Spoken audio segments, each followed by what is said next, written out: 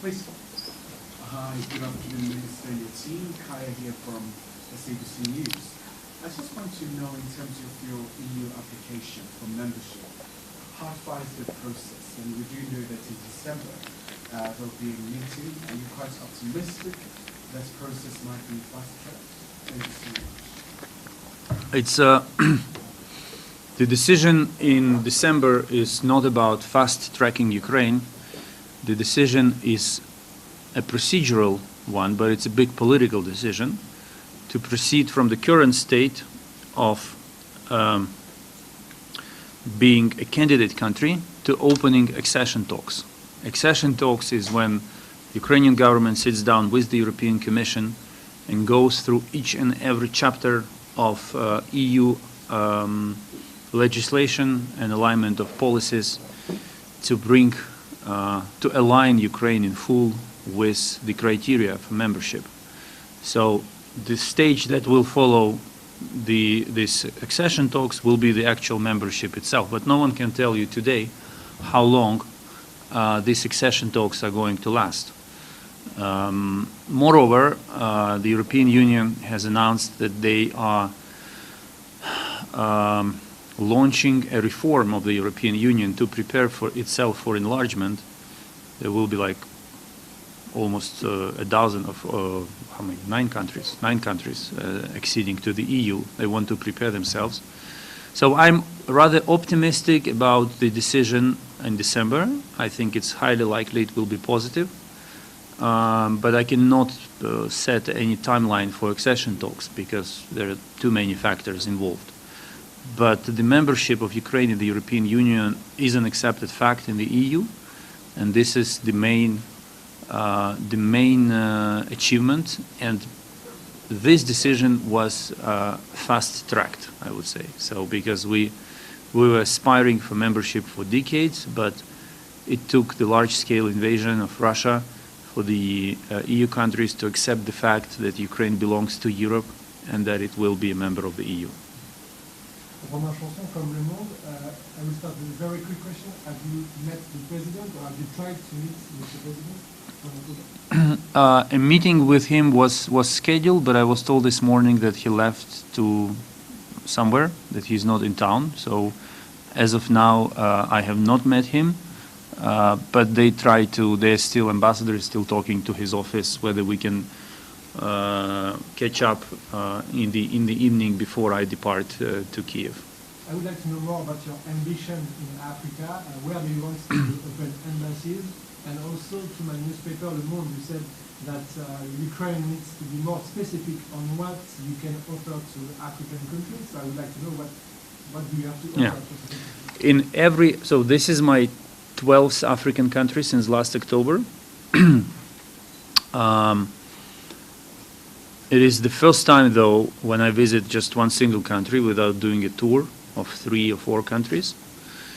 And everywhere I went to, I was really testing the ground of what can we do. Because traditionally, Ukraine and Africa African countries had 2 pillars of cooperation. The first one was the education of African students in Ukraine, and the second was the military defense cooperation. While we are developing new formats and we try to offer new opportunities for African students to study in Ukraine, even under the circumstances of the war, but of course the number of students will not meet the number that we had before the invasion. Military and defense cooperation is not something we can afford at this point, because we used to be selling weapons, now we are mostly buying weapons. So everywhere I went to, I can identify now 4 main areas where Ukraine can contribute. The first one is food security, but it's not just. But I think we have to change to upgrade the concept, the understanding of food security. It's not about exporting grain to Africa. It's also about introducing best farming practices in Africa. This is something that we have a knowledge of, and this is something that we can share. The second area is digitalization. We are one of the most advanced countries globally in terms of digitalizing government services. And everywhere I went to, I register high demand in that. It's a tool to combat corruption. It's a tool to make life of citizens easier. And we have the instrument. We know how to achieve it. The third area is pharmaceuticals. Our pharmaceutical industry is pretty strong, and we want to find areas of where Ukrainian companies could not only sell medicine to Africa, but maybe also to build some medicine producing facilities. And the fourth one, digital, що я не згадав такого. The fourth one is, three. And where you want to open? Embassies, yes. So we are opening embassies in Ghana, in Rwanda, in Mozambique, in Côte d'Ivoire, and there will be more pending formal permission of these countries to Botswana. Yes, Botswana is on the list as well. And there are more pending permission of these countries to open the embassy. So we are in the final stage of receiving permissions, but we are not announcing it until we receive the permissions. And it's a huge undertaking for us because we are in a save mode, financially. But when it came to strengthening our presence in Africa, President Zelensky made a political decision that we will allocate resources for that.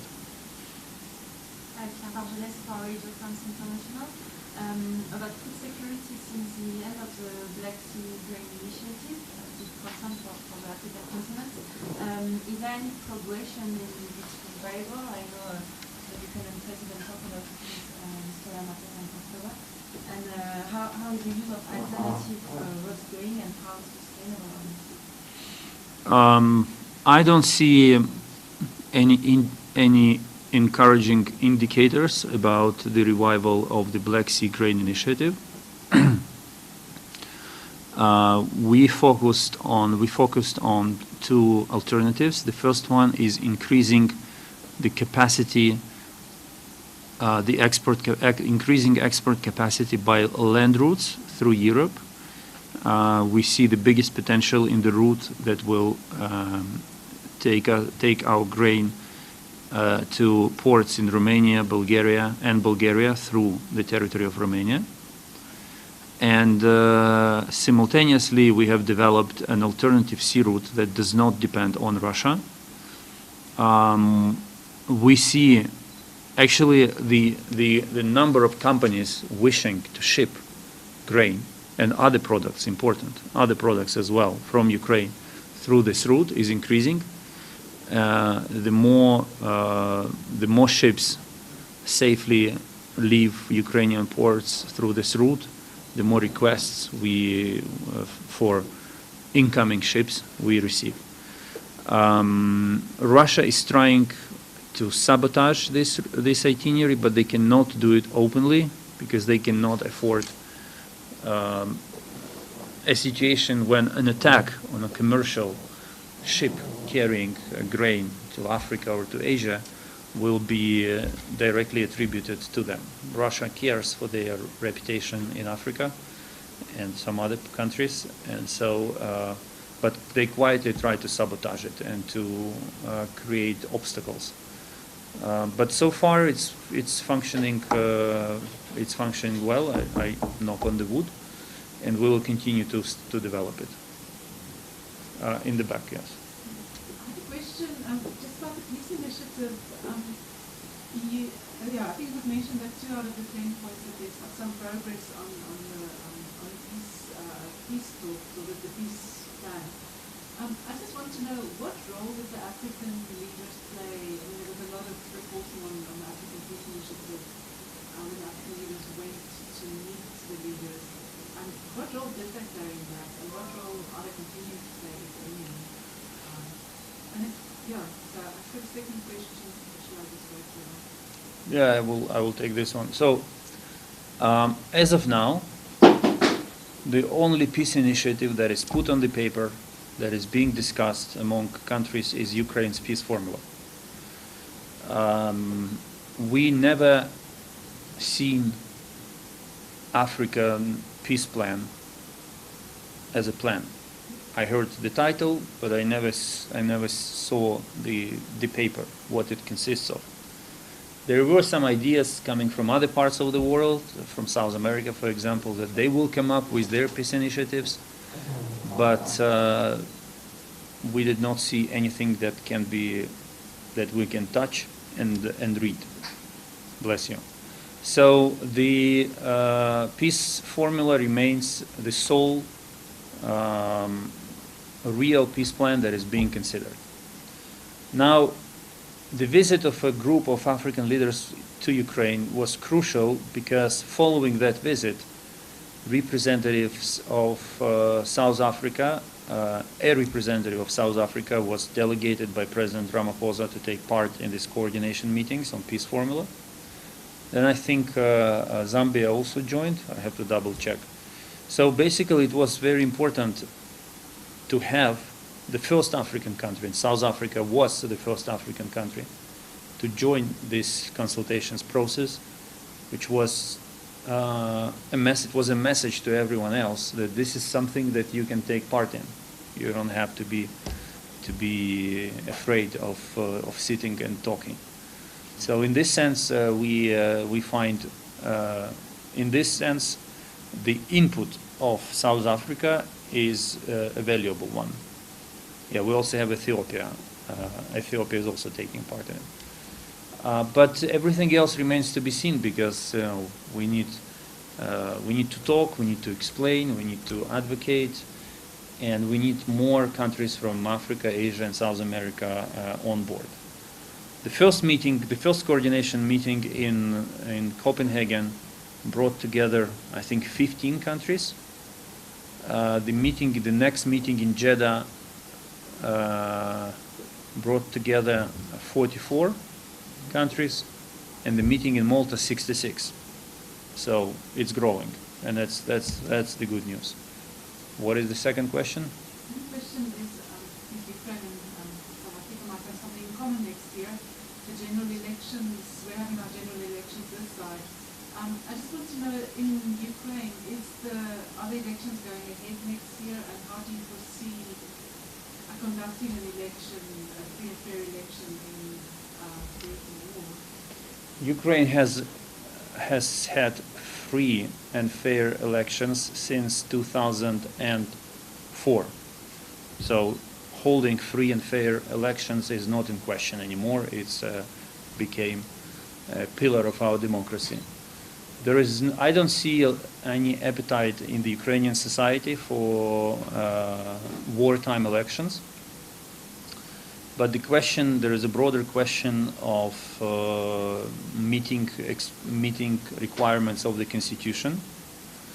And before the answer is given to this question, we need to calculate and to understand how are we going to solve enormous problems we are facing. The first one is, how do you ensure the vote of the people in the occupied territories? How do you ensure the vote of soldiers? How do you ensure safety of polling stations? Because every polling station becomes a target for potential Russian strike. And we have from 5 to 8 million Ukrainians living abroad, and how to organize their vote, that's a separate challenge. So our strategy is to remain a democracy and to further consolidate democracy, but the holding elections in the middle of the war of this scale will be a historic precedent, and we all have to take it to approach it responsibly. Please. Sorry, you, and then you, because you already asked the question. You. Carl Khan from News 24. Minister, there's a strong push from your office into Africa How strategically important is this considering countering Russian influence on the continent? And what is the message that you're taking to these countries? What are you saying to them about Ukraine? Well, first we try to remind them of the excellent and always friendly and respectful cooperation Ukraine and African countries had. Second, we explain to them why there was a gap in this relationship, and I explained it in the press conference with Minister Pandor. We got overly focused on our internal problems, and we did not attribute sufficient resources to our relations with Africa. Third, we are seeking projects and programs which are based on three M, like mutual respect, mutual benefit, and mutual cooperation. Because I think the treatment of African countries as only beneficiaries of assistance or investments is gone. It's in the past. The more I talk to African countries, African politicians and leaders, the more I realize that they want to be partners and they want to be treated respectively, and this is something that we can offer. I mentioned the areas which I find potentially promising for this cooperation. When it comes to Russia, I don't really look at this through the prism of competition with Russia. We are too different, and our strategies are different. But it is true that throughout these decades, Russian narratives about Ukraine, Russian perception of reality in our part of the world gained too much traction in Africa, and we have to deal with it. But the more we are engaged, it's not that we directly kind of counter Russian propaganda.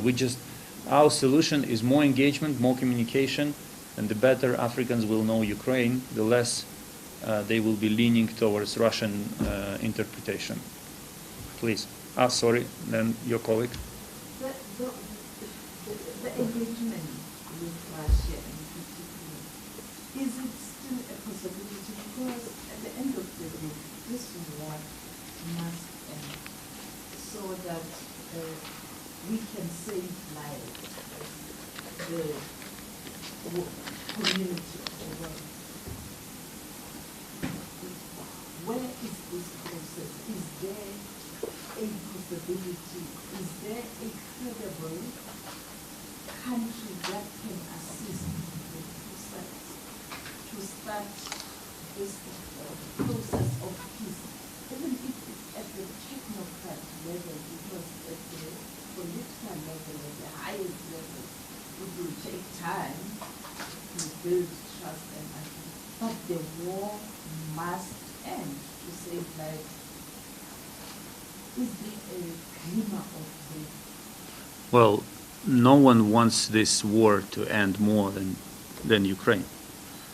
No country loses more from this war than Ukraine. So we would be happy to see the end of the war and the establishment of a just and lasting peace. The question is that you need also Russia to recognize the fact that this war must end, not the way Russia wants it to end. And every day you can follow, I'm sure you follow the news, the number of attacks, missile attacks or offensive operations by Russia in the east and the south of Ukraine. And the only conclusion you can come to is that Russia doesn't want peace. It can say 100 times, which they are not doing, by the way, that they want peace. But everything they do on the ground speaks against that. So the question is, how do we take the whole situation to a moment when Russia realizes that it will not be able to achieve its goals militarily, then it will not be able to achieve its goals of subduing Ukraine in any other format. And once they realize that, this will be the moment when they will be ready to talk, to seriously talk. Any country in the world who can help us reach that momentum is welcome to play a role. But we make it very clear to everyone who is willing to play a role in establishing peace, in restoring peace, that one question is non-negotiable. It is the question of territorial integrity and sovereignty, which means Russia must withdraw from Ukraine, and second, Russia will not have influence on strategic decisions of the Ukrainian government. They will not have veto right, anything like that. And this is fundamental. And this is what is currently irreconcilable with Russia, who legally introduced Crimea into Russia as part of their constitution, who legally introduced occupied territories in the south and east of Ukraine in Russia, and they argue that this is it, this is end of story. No, this is not the end of story. So this war produced some very complex consequences. But if you boil all of them down, the most fundamental issue is this: territorial integrity and sovereignty. War is always a result of diplomacy in the end. In the end, there is a paper that diplomats draft and someone signs. But we're just not there yet, because we don't see that Russia is ready to accept the very simple fact that they have to withdraw from Ukraine. But it doesn't mean that everyone has to sit down and wait until that happens. We have to kind of push process in that direction. This is why peace formula exists. This is why African leaders came to Ukraine, to identify these small areas where they could start playing a role. This is why I'm here today talking with Minister Pandor on what else can South Africa do.